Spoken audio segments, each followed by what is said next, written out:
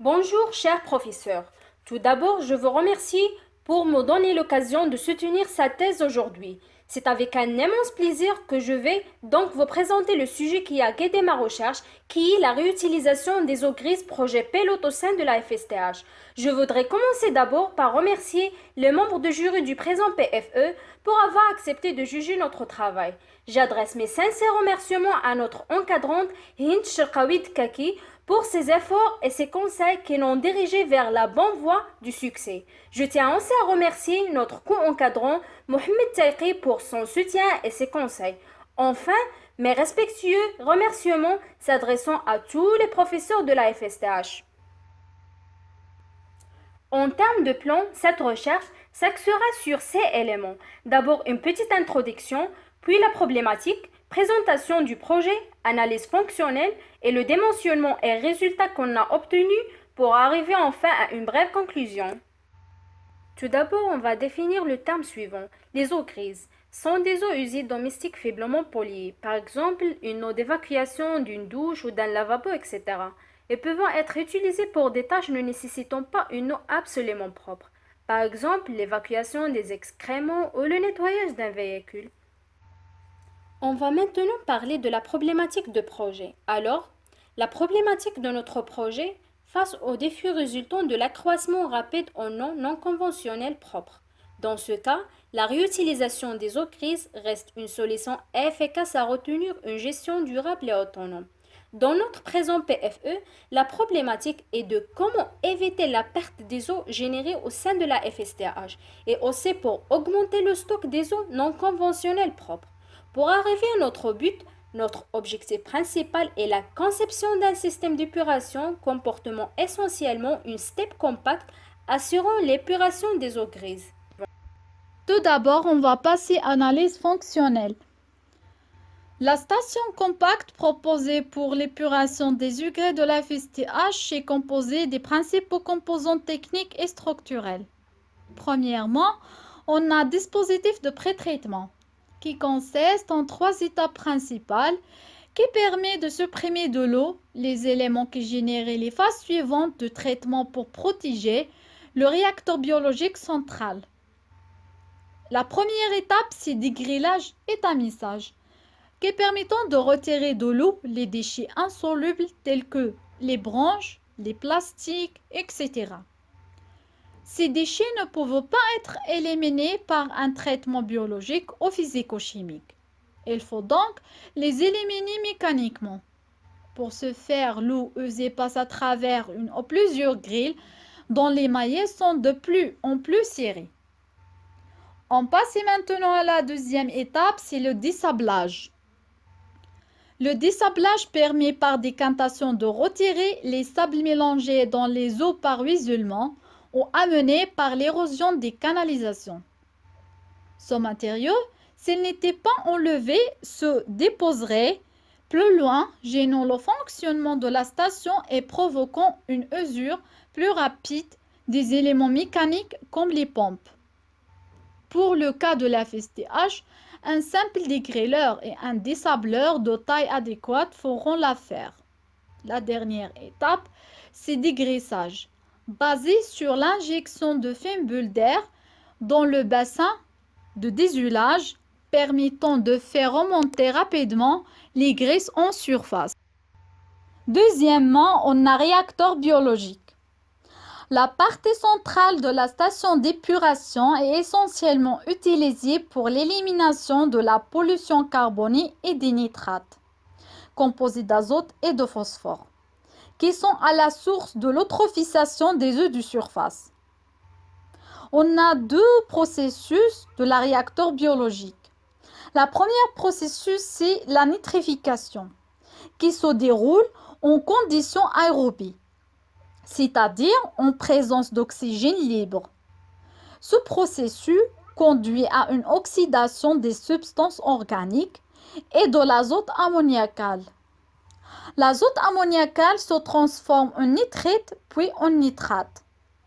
Le bassin est oxygéné grâce au système d'aération à bulles fines situé au fond du bassin. L'air compressé est assuré par des pompes Depuis le bassin de nitrification, l'émulsion circule vers le bassin de décantation. On passe maintenant à la deuxième processus, c'est la dénitrification. Les eaux préépurées mécaniquement sont amenées dans le bassin de dénitrification parallèlement aux boues réversibles provenant du bassin de décantation. Les boues réversibles sont chargées de nitrate. Dans le bassin de dénitrification, le nitrate est réduit en azote moléculaire. Le procédé se passe sous des conditions anoxiques, c'est-à-dire sans l'accès d'oxygène libre. Troisièmement, on a cabine de machine.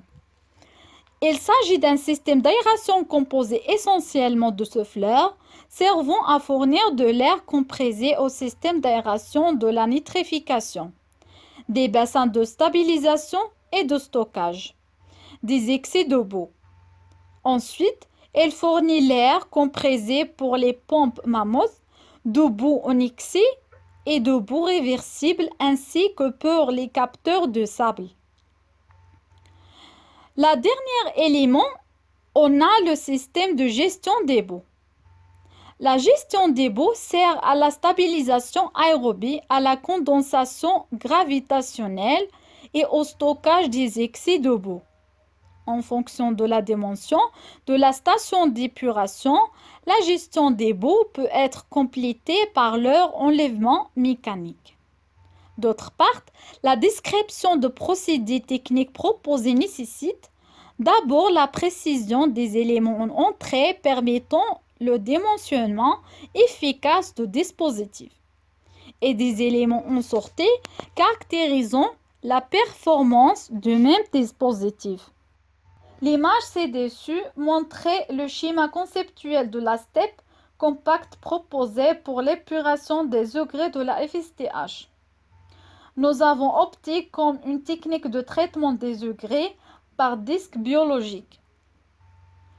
Le procédé d'épuration par disque biologique est un procédé par culture fixée. Les micro-organismes se développant et formant un film biologique épurateur à la surface d'une batterie de disques de 2 à 3 mètres de diamètre semi-émergée où l'eau à traiter circule. Au cours de la rotation des disques, le biofilm fixé est alternativement mis en contact avec l'oxygène, de l'air et de la pollution à dégrader. L'effluent est préalablement décanté afin d'éviter tout colmatage des matériaux supports. Les boues qui se décrochant sont ensuite séparées de l'eau traitée par décantation dans un clarificateur. Les avantages de disques biologiques sont globalement des capacités d'épuration des matières organiques acceptables. Elles ont une bonne adaptation au climat froid et le coût d'exploitation est plus faible que les boues activées. Maintenant, on va passer au dimensionnement et résultats. Pour une gestion efficace des ressources hydriques au niveau de la FSTH, nous avons proposé la mise en place d'une STEP compacte pour l'épuration d'un volume annuel de l'ordre 120 000 m3 par an. Pour dimensionner notre filière, il est nécessaire de connaître la charge polluante des eaux usées générées par la FSTH. Cette charge polluante sera utilisée pour la détermination du nombre équivalent habité, qu'il s'agit le facteur principal lors de dimensionnement d'une station d'épuration des eaux usées par voie biologique. Cette charge est de l'ordre matière en suspension 298 mg par litre, DPO 598 mg par litre, DCO 866 mg par litre. Au Maroc, un équivalent habité hydraulique est égal à 170 litres par jour. Ce qui concerne au débit à l'entrée, sachant que le débit moyen à l'entrée des eaux usées peut être déduit de l'équation suivante. Consommation moyenne en eau potable fois taux de retour à l'ego. On prend le taux de retour à l'ego 80% et la consommation moyenne en eau potable 400%. Donc, le débit à l'entrée est égal à 320 m3 par jour. Le débit en sortie, la STEP concernée par la présence étude aura une capacité maximale de 170 équivalents habités. Nous pouvons donc estimer le rendement opératoire attendu de la STEP au niveau de la FSTH. Donc, la capacité opératoire de la station d'équivalent habité 170 débit d'eau à traiter 25,5 m3 par jour, débit d'eau à traiter 1,1 m3 par heure. Le rendement opératoire attendu de la STEP à implanter au niveau de la FSTH est donc DBO 98%, DCO 91,50%, la matière en suspension 93%. La superficie pour l'implantation de la STEP compacte au sein de la FSTH est de l'ordre de 6 mètres carrés. À cette superficie doit s'ajouter l'emprise d'une cuve de stockage des eaux opérée aux dimensions suivantes 2,5 x 2,5 x 2 mètres. Et donc, la superficie totale sera de l'ordre de 12,5 mètres carrés. Et donc, nous avons obtenu les résultats suivants.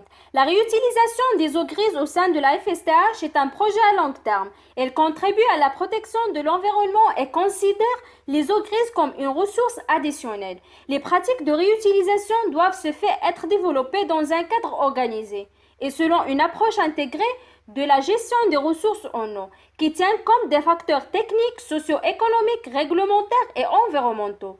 Ce projet requiert être mené avec prudence compte tenu des efforts négatifs sur la santé humaine et l'environnement. La réutilisation de ces eaux grises nécessite au préalable leur traitement afin que leur qualité soit conforme aux normes sanitaires et chimiques.